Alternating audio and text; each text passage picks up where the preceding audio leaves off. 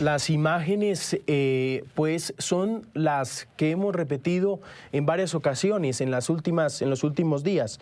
Estas imágenes que publica el secretario de Guerra, Pete Hegseth, ya reportando que los ataques a las narcolanchas, como dicen ellos, son sobre el mar Pacífico, sobre el Pacífico Oriental, que es lo que han reportado en las últimas horas. Por supuesto, estas lanchas no solo, recordemos, hacen parte del despliegue militar sobre el Mar Caribe, sino también la novedad entonces es que los ataques se están expandiendo hacia el Mar Pacífico. Lo que han dicho también varias versiones por parte de medios de comunicación norteamericanos, inclusive el presidente Petro dice que están por investigar. Las narcolanchas, dicen, habría salido de territorio colombiano.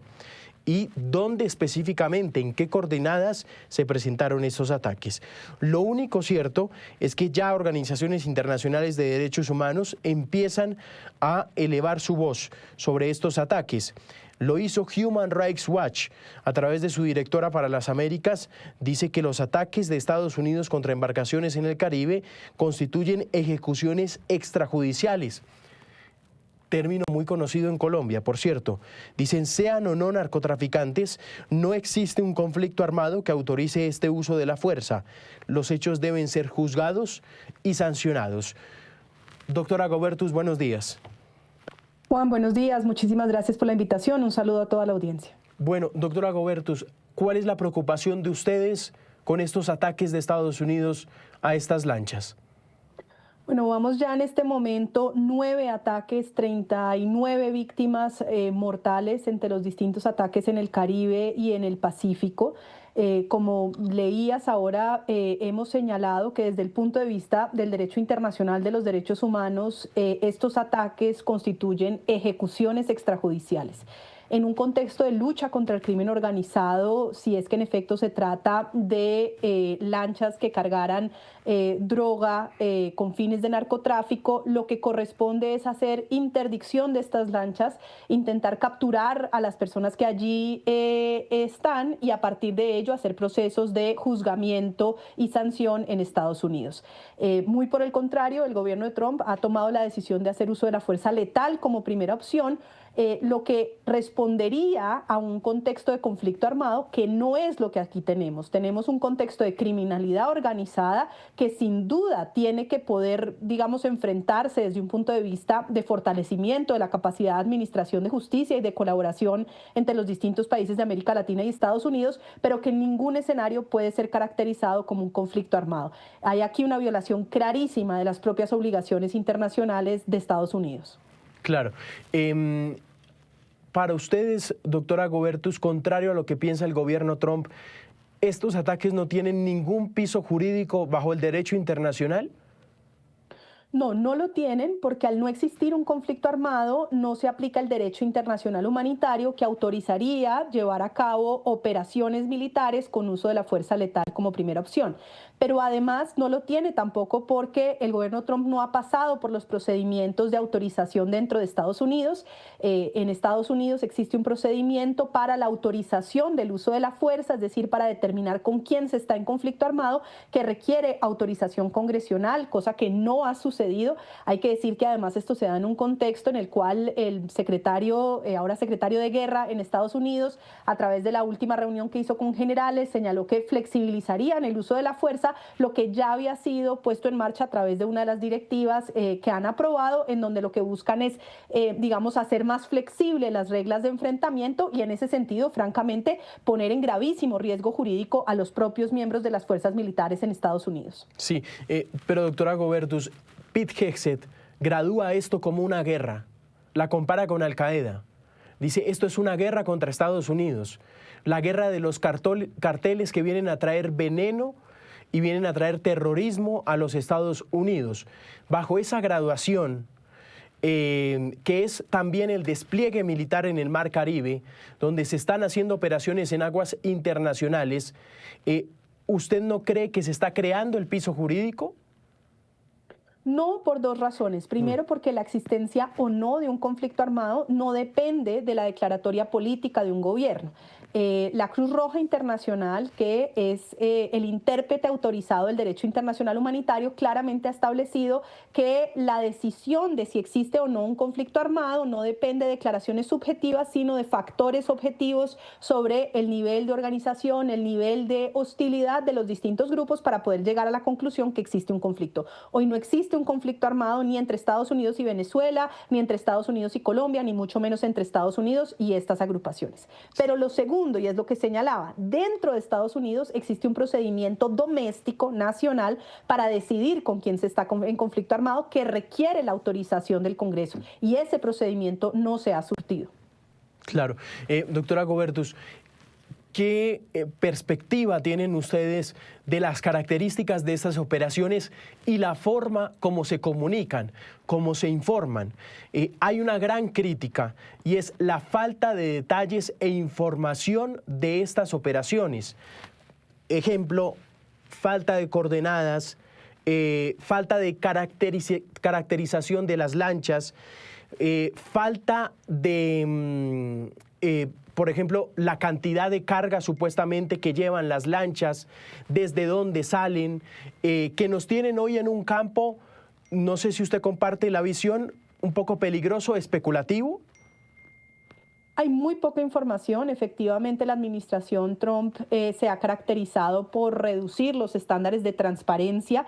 Es evidente que saben que el piso jurídico de estas operaciones es supremamente débil y por eso comparten menos información de dónde es, quiénes son estas personas, cómo se lleva a cabo las operaciones.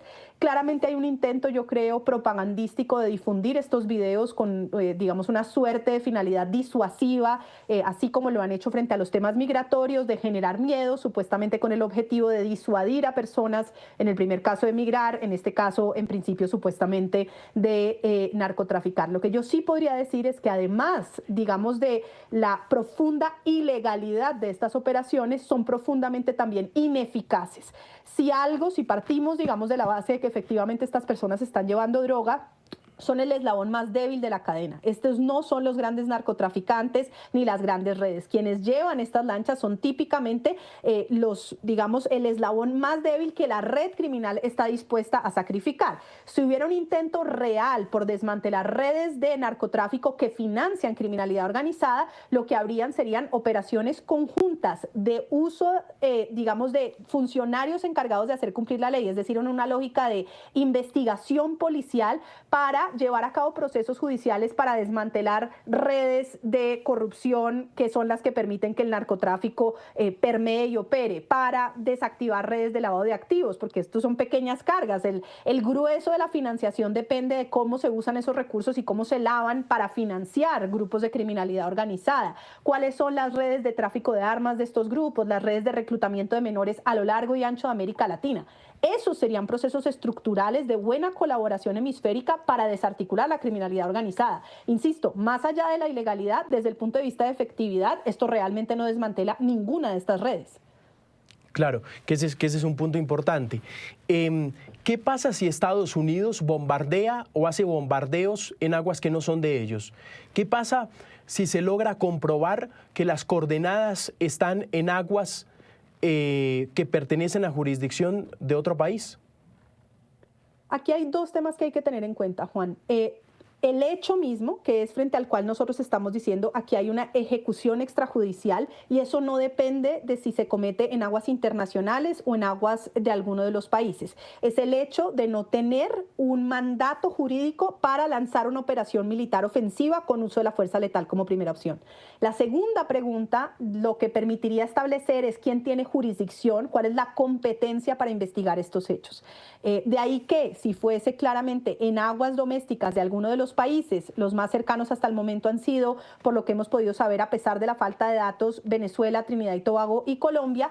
ahí podría desplegarse competencia para investigar estos hechos a nivel doméstico en algunos de estos países. Pero insisto, independientemente de en qué aguas se cometa este tipo de hechos, el factor de no estar en un conflicto armado es el que genera de manera muy clara la ilegalidad en lo que es en últimas una ejecución sumaria sin un proceso judicial para poder verificar si efectivamente participaban en una red de criminalidad organizada. Claro, que ese es otro de los puntos aquí. Doctora Gobertus, ¿usted qué opinión le merece las últimas denuncias que ha hecho el presidente Petro sobre estas lanchas? Dice que esto es un asesinato y que inclusive ahí en esas lanchas irían pescadores e inocentes. A ver, nosotros, digamos, estamos en un proceso de investigar en detalle, insisto, frente a estas 39 víctimas, quiénes serían, cuál es su contexto.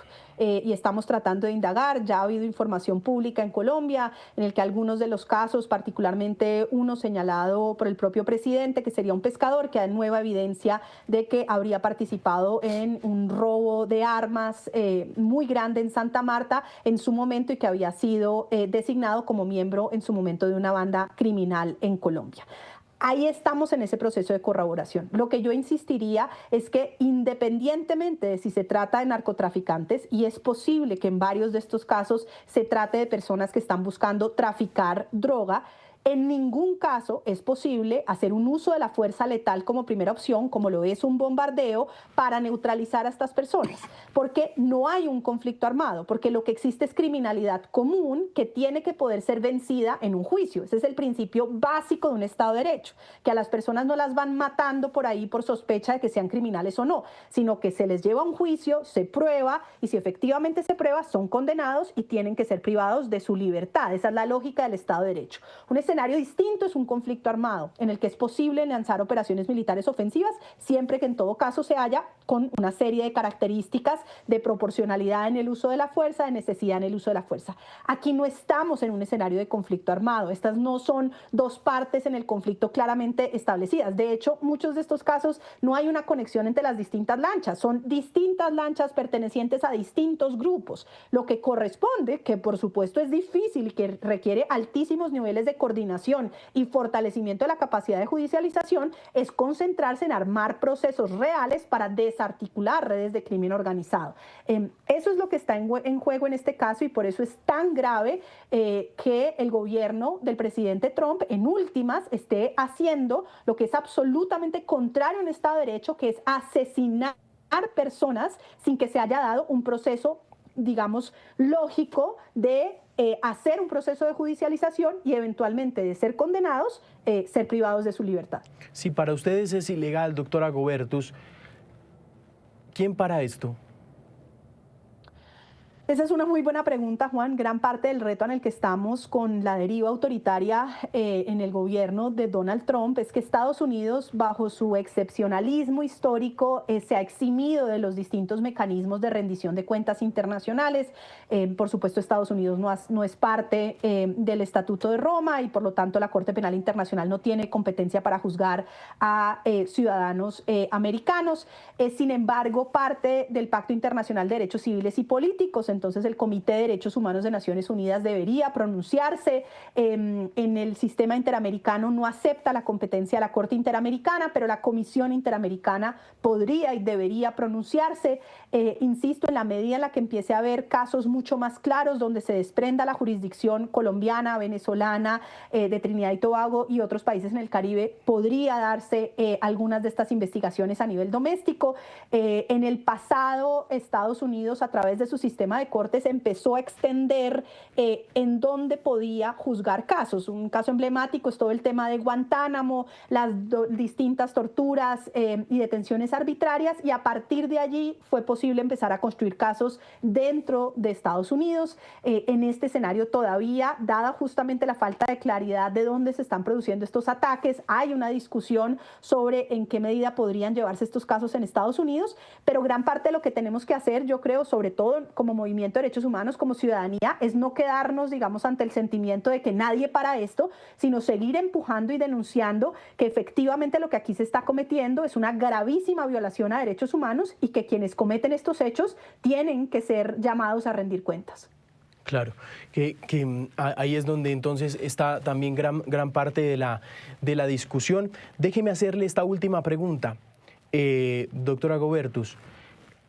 Se han planteado bajo el despliegue militar en el Mar Caribe diferentes escenarios y uno de los escenarios por los muy fuertes pronunciamientos, inclusive de hacer despliegues militares en tierra, de hacer operaciones secretas por la CIA en Venezuela en pro de perseguir y capturar a los líderes de los carteles, es lo que ha anunciado Estados Unidos, ya lo ha dicho el presidente Trump. Frente a esto, ¿ustedes qué perspectiva tienen? A ver, en esto quiero ser muy precisa. Human Rights Watch no puede pronunciarse sobre la decisión o no de un país de hacer la guerra. Esa es una discusión que escapa al mandato de Human Rights Watch. Lo que nosotros podemos decir es cuando ha habido, en el caso en el que haya un conflicto armado, infracciones al derecho internacional humanitario o en los casos en los que además no existe un conflicto armado, cuando ha habido violaciones a derechos humanos. ¿Qué es lo que podemos decir en este caso? En un escenario hipotético en el que Estados Unidos desplegara fuerza militar en territorio latinoamericano, nosotros estaríamos prestos a vigilar en cada uno de esos contextos si se dan violaciones a derechos humanos o infracciones al derecho internacional humanitario, que es lo que nos corresponde dentro de nuestro mandato. Claro. Ahí está una, sin duda alguna, valiosa perspectiva en medio de un tema, la verdad, muy polémico. Doctora Gobertus, le agradecemos mucho estos minutos aquí en Noticias Caracol en Vivo. Ha sido usted muy amable. A ustedes, gracias por la invitación.